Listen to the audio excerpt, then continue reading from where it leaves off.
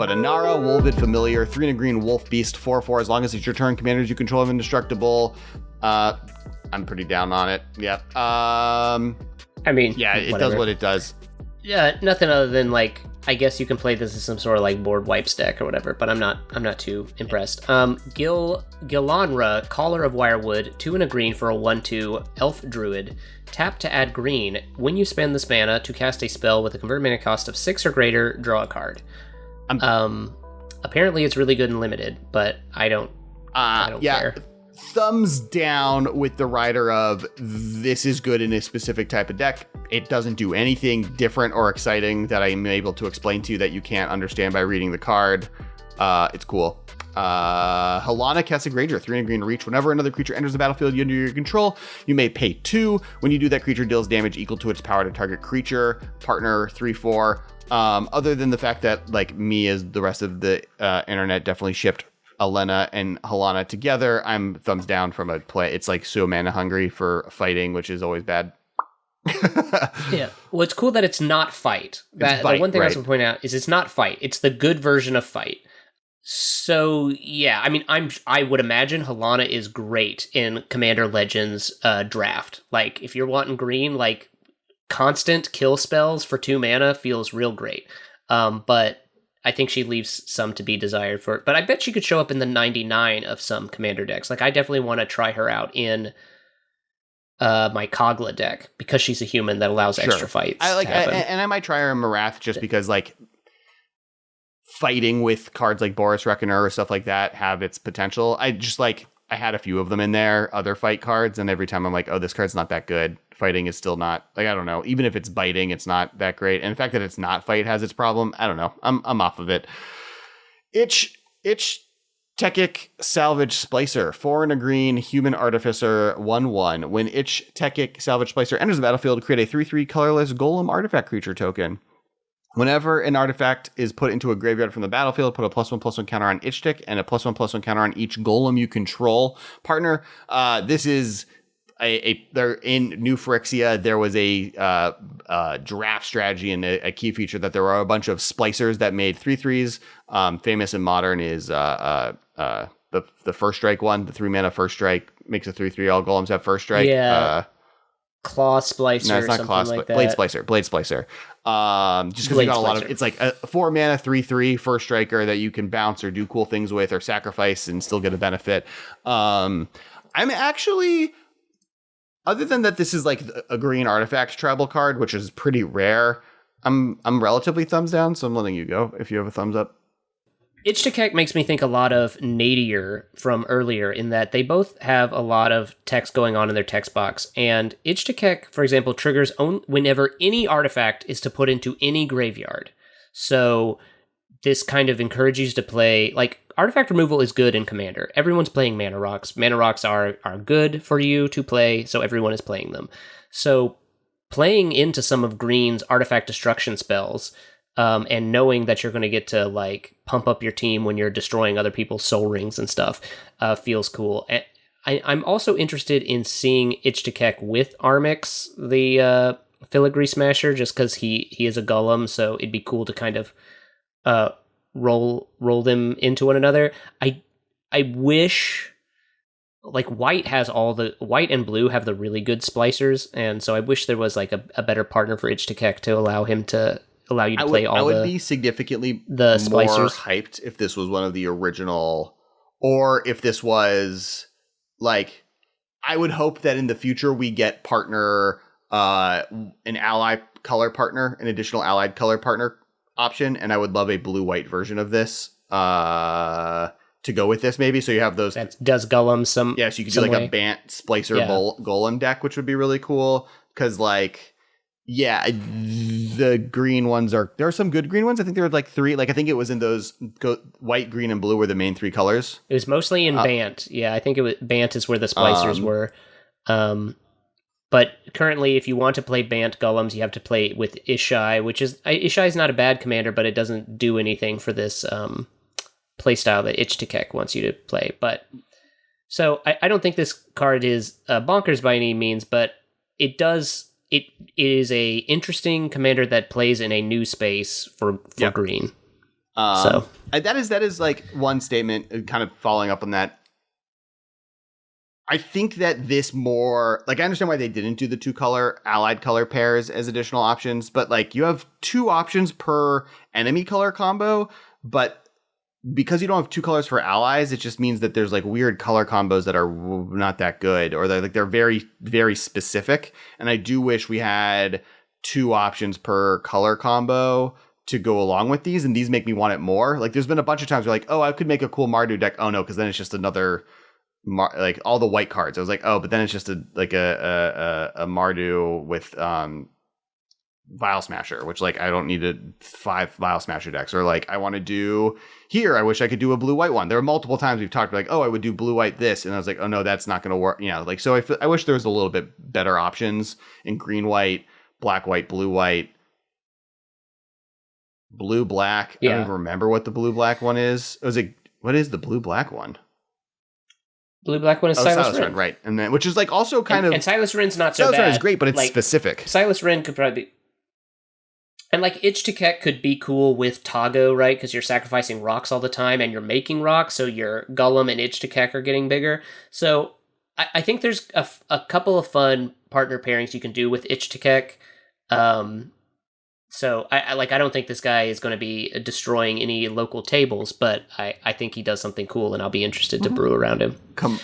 The next is Kamal, Heart of Krosa, 6 green, human druid, 5/5. At the beginning of combat on your turn, creatures you control get +3/+3 and gain trample until end of turn. And then he also has 1 and a green. Until end of turn, target land you control becomes a 1/1 elemental creature with vigilance, indestructible, and haste. Is still a land. One thing I'm sad is that they got rid of Kamal's ability to eat other people's lands, which I understand why they did that.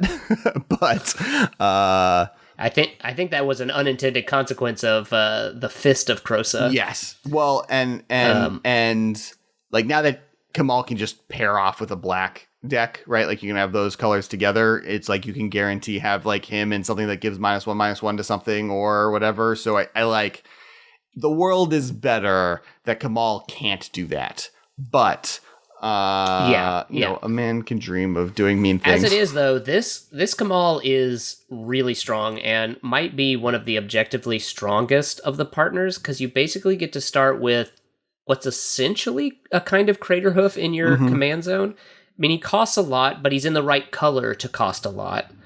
He's an entire army in a can, so even if you don't have much going on, the following turn you will have a lot going on. And his ability activates the turn you cast him, so sometimes you just cast him as overrun and you win the game. Or you cast him and you give him haste, and he pumps himself, so he's an 8/8 with trample. Ugh. Like... Kamal's going to kill a lot. And there's a few. I guess there's 2 commanders or 3. So you can play Kamal with Elena, which then gets Kamal out real quick. You can play. We mentioned playing him with Tevishsat, so you can use Tevishsat's ultimate to put Kamal into play, though they don't work otherwise. Well, and then he gives all of the thralls you made with Tevishsat +3/+3, which makes them all 3/4 tramplers, which is really good.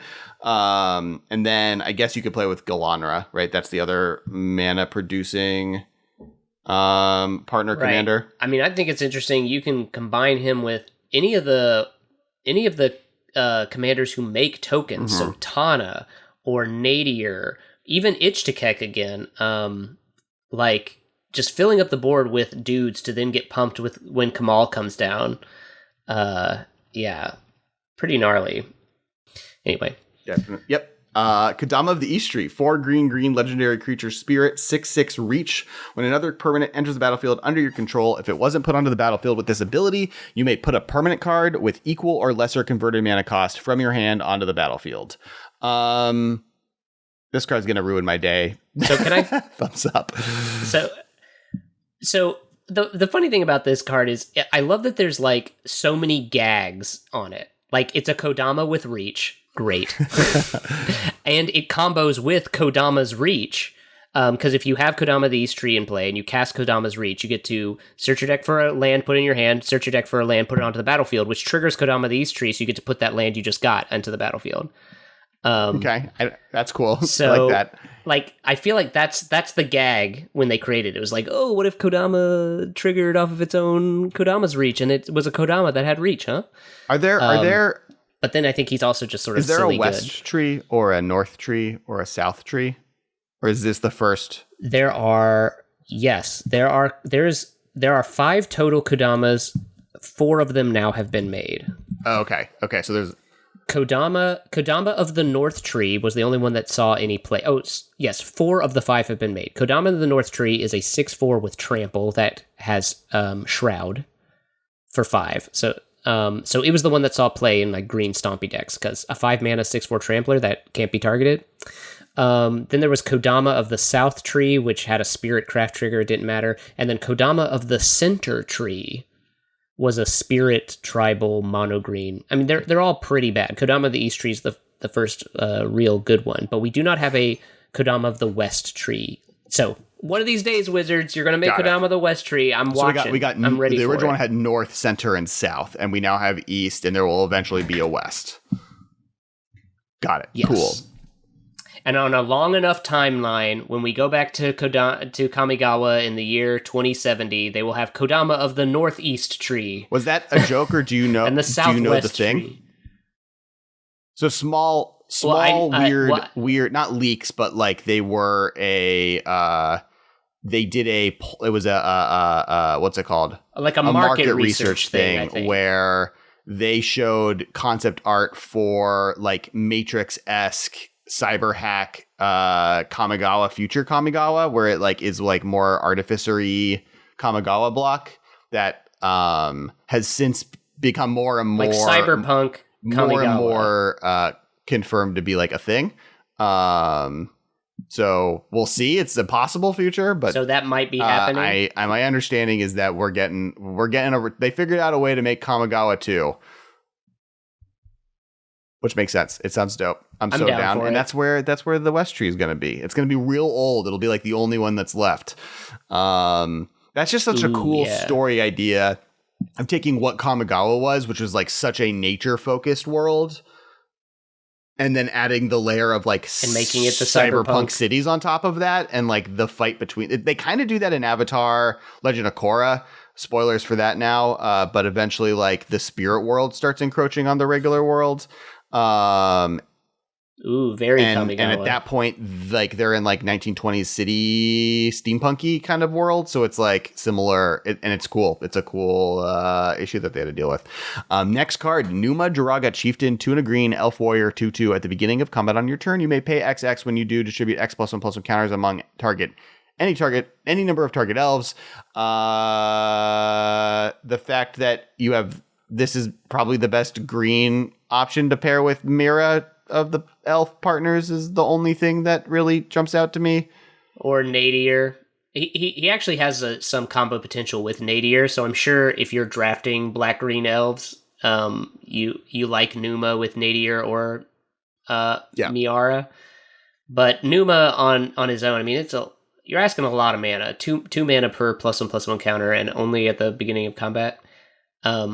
I don't know. I mean, he's all right. Yeah, I think he exists purely like he will see tons of play because he is the best commander option with partner for black-green elves, because the other one is the one that cares about the converted mana cost being 6 or greater, which is like okay in elves, but which is like kind of whatever, and is a 3 mana Llanowar elf. So. And this is a better mana sink. It's cool that Numa is a spout for all that mana you're going to be making when you're playing Elf Ball. So, because sometimes you have all the mana and nothing to cast it on, and Numa's like, could I offer you some +1/+1 counters? And you're like, okay, yeah, sure. And you can like do all the things you're going to do, beginning of combat, be like, you know what, I have 10 mana left over, give 5 counters to creatures I control. And there are some elves that really, really love that, and you go to town. Slurrk All Ingesting, 5 and a green, legendary creature Ooze. Slurrk All Ingesting enters the battlefield with 5 +1/+1 counters on it. When Slurrk or another creature you control dies, if it had a +1/+1 counter on it, put a +1/+1 counter on each creature you control that has a +1/+1 counter on it. thumbs up. Eventually maybe when we do all the gold cards, we'll have Michael on because his deck that he built for the Command Fest that we did the video on that I had the Silas Run Rebek deck. He had Slurrk and Rayhan. It was a +1/+1 counters themed deck. And Great pairing. Yeah, Slurrk and Rayhan seem like they're made it was for each very other. Scary. He